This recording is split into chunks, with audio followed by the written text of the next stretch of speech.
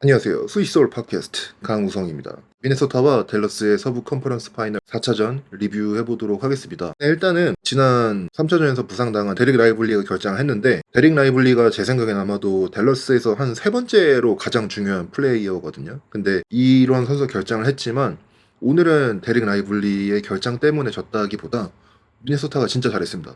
오늘은 미네소타가, 제가 이 시리즈에서 미네소타가 좀 불리하고 이 시리즈에서 지금 잘 하지 못하고 있었던 영역이 하프코트 오펜스의 배틀이라고 했었는데, 오늘은 처음으로 미네소타가 하프코트 오펜스 싸움에서 댈러스를 이겼습니다. 양 팀의 하프코트 100 포지션당 득점을 따져보면은 미네소타가 98점이고요. 댈러스가 86점이었어요. 그래서 처음으로 하프코트 오펜스 싸움에서 미네소타가 이겼는데, 이 중에서 가장 큰 차이점은, 지난 경기들과의 차이점은, 앤서니 에드워즈가 오늘 7개의 풀업 점프슛을 넣었고요.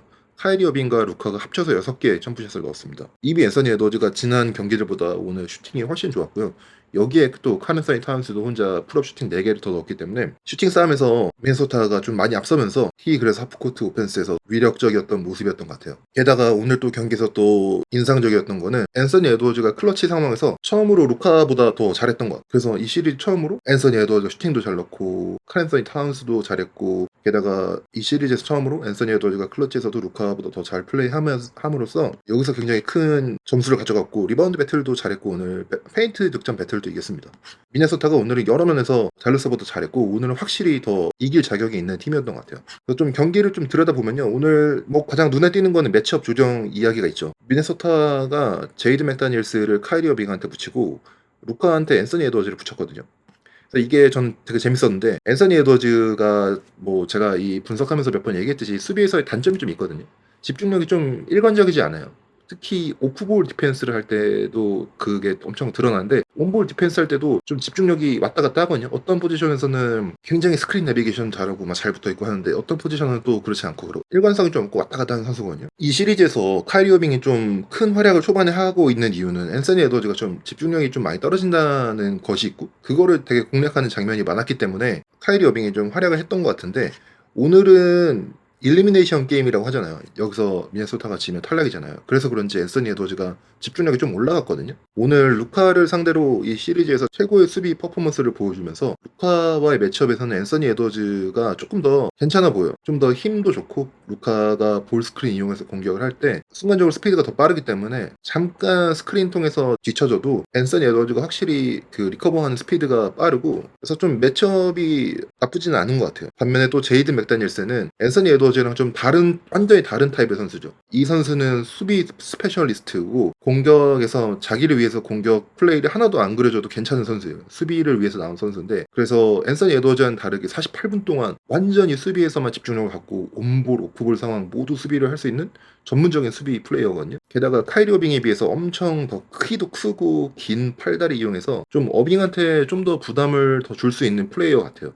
그래서 이거를 좀 이런 관점으로 보면 재밌는 것 같아요. 그러니까 루카가 앤서니 에드워즈 상대로 앞으로도 뭐 크게 불편함 느낄 거냐? 아니면 루카가 앤서니 에드워즈가 맞기 때문에 더 못할 거냐? 라고 생각을 한다면 저는 그렇진 않은 것 같아요. 루카는 오늘 경기 좀 못했어도 5차전에서 앤서니 에드워즈가 나온다면, 똑같이 앤서니 에드워즈가 자기를 막는다면 루카는 별로 어려움 없이 원래 하던 대로 그냥 잘할 거라 생각하거든요. 근데 제이드 맥다니엘스의 카이리 어빙 매치업은 카이리 어빙이 실제로 좀 불편하게 느낄 수도 있는 매치업이에요. 그래서 어차피 누구를 붙여도 루카를 잘 막지 못할 거면 루카 외에 다른 선수가 활약하지 못하게 하는 그런 관점에서 이 매치업을 접근해도 될 것 같아요. 그래서 루카한테 줄 건 주면서 카이리 어빙을 최대한 억제한다면 다른 경기 결과를 기대해 볼 수 있지 않을까가 미네소타의 생각의 프로세스인 것 같아요. 그래서 미네소타의 최고의 수비 자원인 제이드 맥다니엘스가 루카한테 붙었을 때, 어차피 이 자원을 써도 루카를 전혀 제어하지 못한다면 그냥 그 수비 자원을 실제로 좀 효과가 있는 매치업에 사용하는 게 어떨까?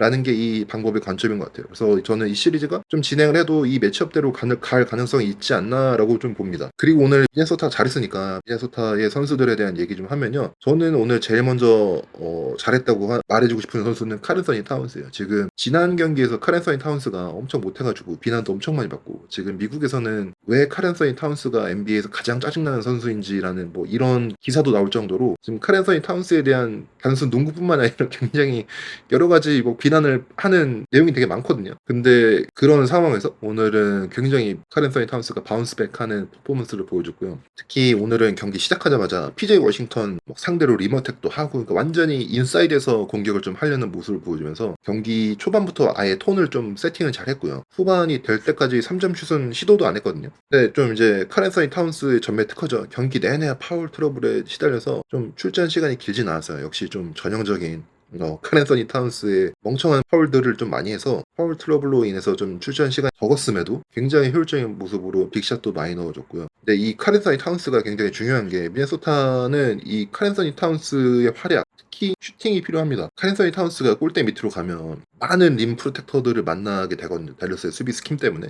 앤서니 에드워즈도 마찬가지고요. 그래서 카렌서니 타운스의 슈팅으로 이 수비를 깨주는 게 되게 중요한데 미네소타가 이거를 당연히 알고 있죠. 그래서 미네소타가 카렌서니 타운스의 슈팅을 만들기 위해서 쓰는 액션들이 몇 개 있는데 이전 경기들에서는 혼 체스트 액션을 많이 썼거든요. 저희 스위시 서울 구독자라면 이미 몇 번 설명을 해드려서 알겠지만 좀 다시 설명해드리면 스크리너 2명과 코너 2명 슈터를 놓고 A자 형태의 셋업으로 시작하는 게 혼셋이고요. 이 세팅을 기반으로 다양한 스타일의 공격 전개가 가능하거든요. 근데 혼스 체스트는 두 명이 스크린을 서고 핸들러가 한쪽 스크린을 받고 나오면 그쪽에서 스크린을 섰던 선수가 다른 스크리너 쪽으로 달려가면서 오프볼 스크린을 받고 시작하는 액션이거든요.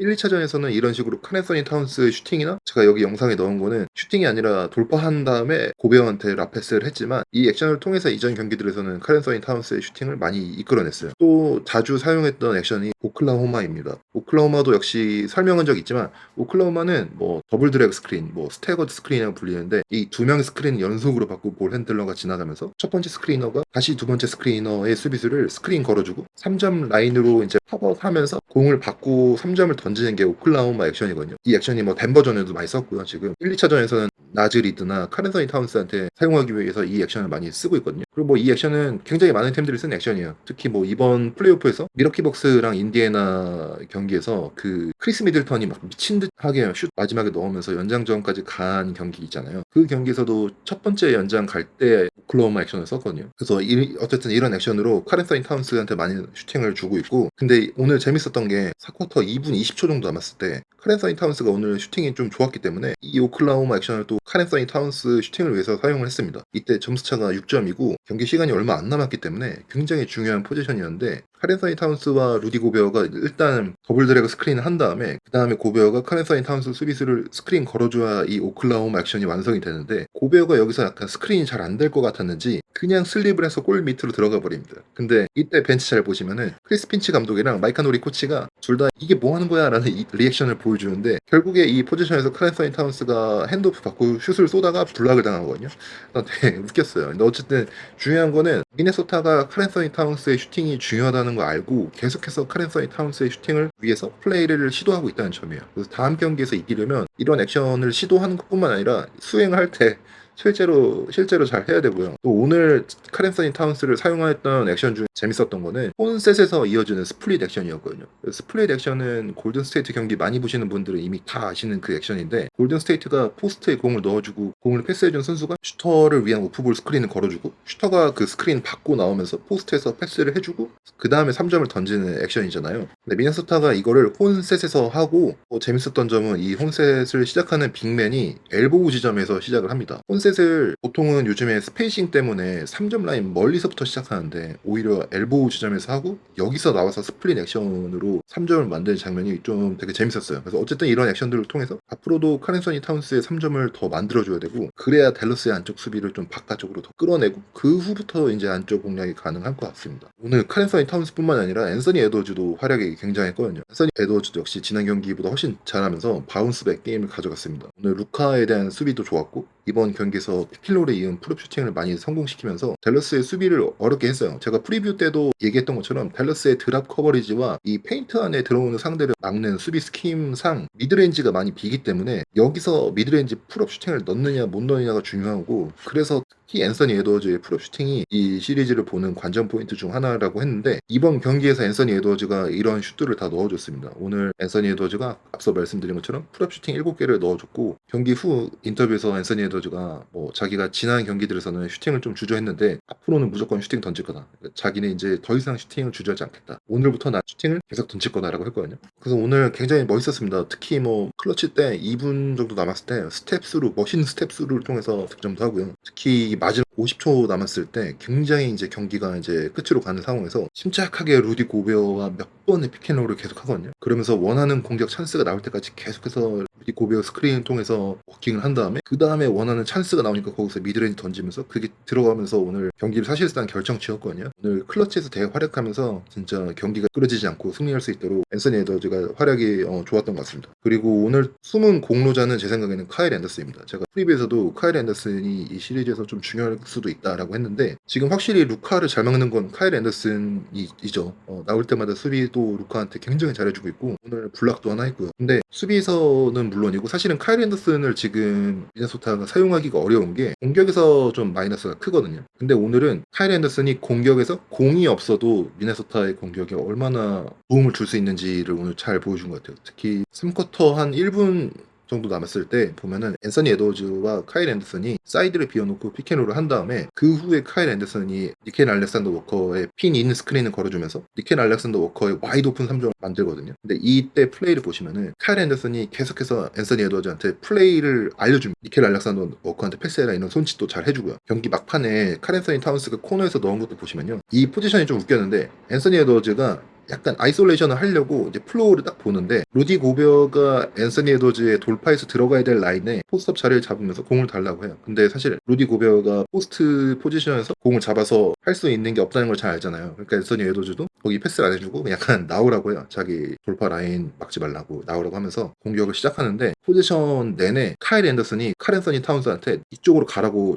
방향을 지시해줍니다. 앤서니 에드워즈가 공을 물고 막 아이솔레이션 하는데 칼 앤서니 타운스가 코너로 가는 걸 보고 카일 앤더슨이 오프볼 스크린을 걸어주고 그 다음에 칼 앤서니 타운스한테 패스를 해달라고 손짓을 또 합니다. 앤서니 에드워즈가 그걸 보고 칼 앤서니 타운스한테 패스를 해주고 골을 넣어요. 그래서 이 포지션을 보면 뭐 카일 앤더슨이 공을 잡거나 뭐 어떤 스탯에서 들어가는 게 없는데 사실은 이 포지션에서 골은 다 카일 앤더슨이 만든 거거든요. 그래서 저는 오늘 카일 앤더슨이 이런 점에서 되게 숨은 공로자라고 생각하고 카일 앤더슨의 이 BQ와 플레이메이킹 센스가 공을 만지지 않음에도 좀 많이 드러났다고 생각합니다. 댈러스 입장에서는요 오늘 데릭 라이블리가 없는 게 물론 크죠. 근데 이게 림 프로텍션이 없어서라기보다 왜냐면 데니엘 게포드도 어느 정도 림 프로텍션은 되고 오늘 블락도 3개를 하고요. 굉장히 멋있는 블락도 했는데 연속으로 데릭 라이블리의 공백이 더 크게 느껴지는 부분은 공격에서입니다. 스탠 벤 건디도 해설에서 계속 얘기했지만 루카가 스크린 액션에서 미네소타가 루카한테 2명을 다 붙이는 블리츠, 뭐 트랩 디펜스를 했을 때 루카가 공을 빼주는 롤러가 게포드일 때랑 데릭 라이블리일 때랑 공격 퀄리티 차이가 엄청 크거든요. 데릭 라이블리가 저는 좀 대단하다고 생각하는 게 이게 어린 루키인데도 수비는 뭐 물론 잘하고요. 이미 이런 공격 상황에서 4대3 공격에서 공을 몰고 들어가면서 플로어 리딩도 잘 되고 패스도 잘 넣어줘서 공격에서 득점이 잘 연결이 됩니다. 근데 이제 게포드가 이 상황에서 공을 잡고 4대3으로 들어가면요. 이 능력이 데릭 라이블리에 비해서 현저하게 떨어져가지고 미네소타가 이 상황에서 별로 타격을 입지 않아요. 그래서 지난 경기 끝나고 TNT에서 그 쇼를 하잖아요. 근데 거기서 그 크루들이 드레이몬드 그린한테 이제 데니엘 게포드한테 물어보고 싶은 게 있으면 물어보라고 인터뷰를 하는데 그때 드레이몬드 그린이 나는 너한테 질문 대신 가르쳐 줄 게 있다면서 가르쳐 준 게 이거거든요.